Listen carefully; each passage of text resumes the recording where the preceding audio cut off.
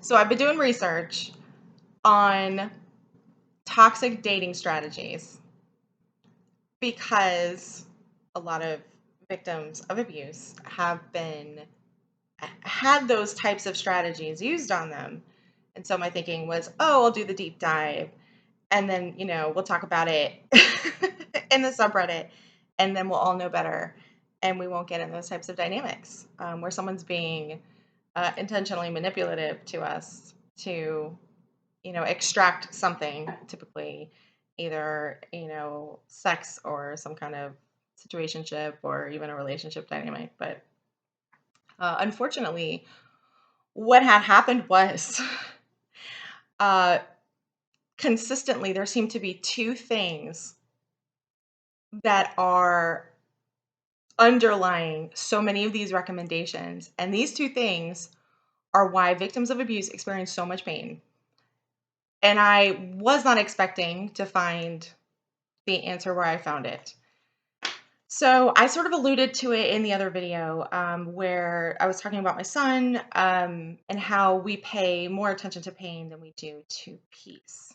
Um, so what's happening is that um, someone is causing us emotional distress and we don't know why. The behaviors are confusing and destabilizing. And when we are confused, we want to figure whatever it is out, and that's where we put our focus. So, my initial take on this was that, like, can people be happy? Like, can we just accept, where um, where the happiness and peace is and just roll there and not worry about people causing us pain or problem or drama? Um, and then after sort of going through the information a little bit more, it sort of seems to tap into our need to problem solve and understand. So the intermittent behaviors, the intermittent reinforcement that I mentioned in the other video. So where it's um, that creates gambling behaviors, which is where someone is interacting with you in a way where you cannot anticipate whether or not you'll get the positive or the negative response. And so you keep trying, like at a casino, you keep pressing the button, hoping for ding, ding, ding, I've won, positive response. But because this person is the source of your pain, and then you put your focus there and you're trying to fix it, and then sometimes it seems like it's getting fixed. And so it's like, oh, great, I can relax, flood of dopamine and the feel good chemicals, and the salience hormone, dopamine's a salience hormone, so it makes you pay attention. And it's like, whoo, but then the next time you don't get the great behavior. And so I'm sort of shifting my thought process on it from um, human beings are wired not to be happy with what they have and sort of just appreciate like where the peace and happiness is. To and I'm not saying that's not an element of it, but I'm really coming to an understanding that our brain identifies this confusing relationship, and because we're emotionally entangled, or because something's been triggered inside of us, let's say an insecurity or a need for validation, and it could have been intentional or not by the other party, but because something has been triggered, we start chasing this person to understand what's happening, to understand why they're treating us this way. Another thing that's super common, and I mean, I feel like everybody goes through this. It doesn't matter if you're in an abuse dynamic that's a romantic relationship or an abuse dynamic that's like your parents, and you had, let's say, siblings, um, which is, why are they treating other people better than they're treating me? And typically, the way we have approached this in the abuse community is by saying, no, no, an abuser is an abuser, and they're going on to be abusive to this other person. And just relax. Even if they look happy, you don't necessarily know that, but it's very crazy making to watch a person go on to date somebody else and give them everything that they didn't give you and that you asked for. Or it's crazy making to watch your parents give to your siblings what looks to be like a happy, wonderful relationship, uh, treating them the way that kids should be treated and not treating, us that way. And so we get locked into this, why me? What's going on? What are they better? What did I do? And it's profoundly destabilizing. It's incredibly confusing.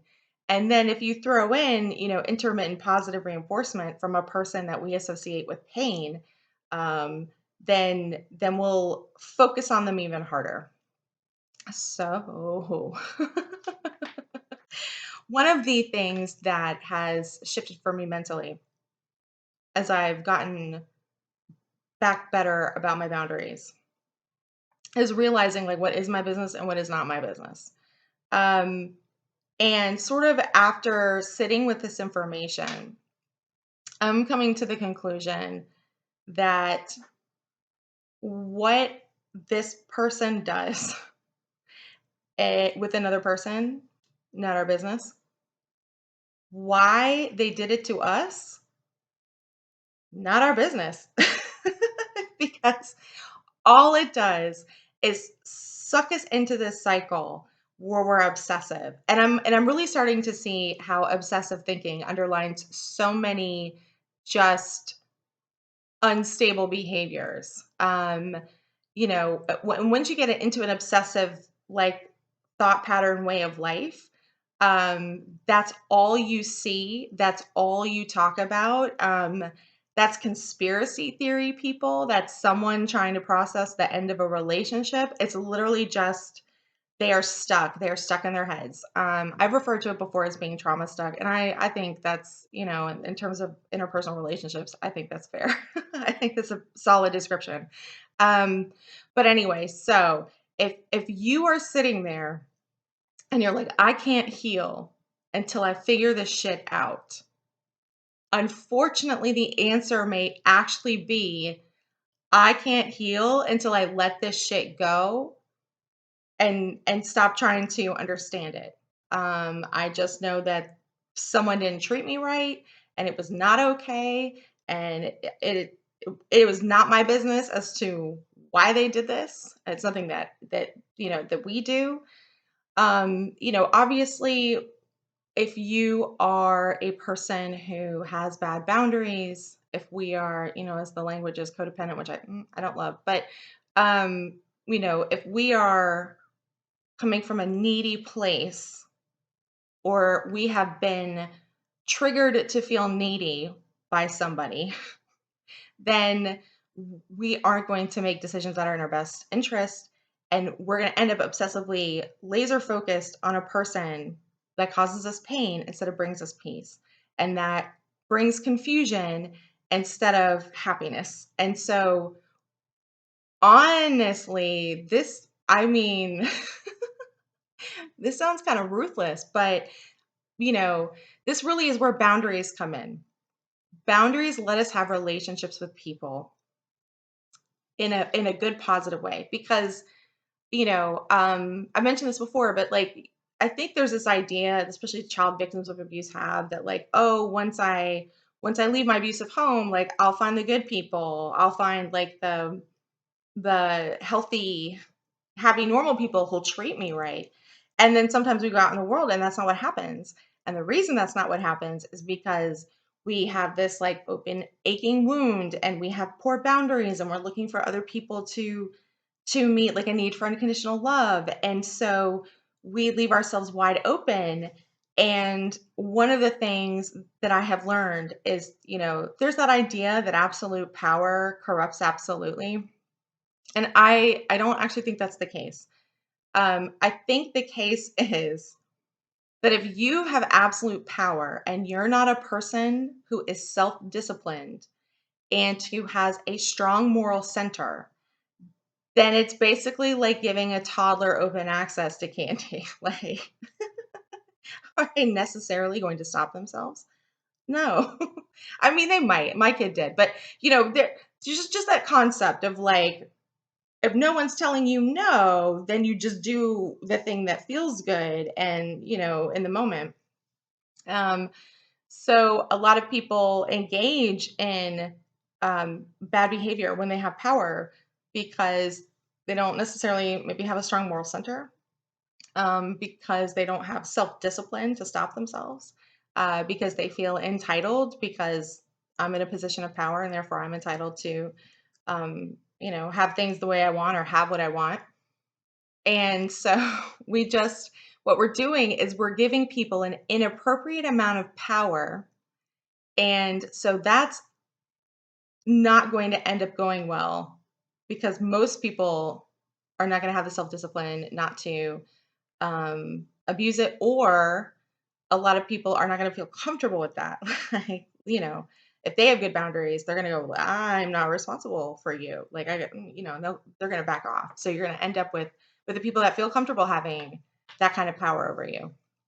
So anyway, when we have the good boundaries, we basically set a situation up for success. So that even if at whatever stage a person is, if they treat you with respect and you have a mutual relationship of reciprocity and appreciation, so you can have like those closer boundaries. And if you're dealing with somebody who doesn't or is self-focused and isn't perspective taking for you and you can't trust in that way, you just go, oh, okay, our boundaries are out here. Out here is where we can have a good interaction and dynamic, and that's okay.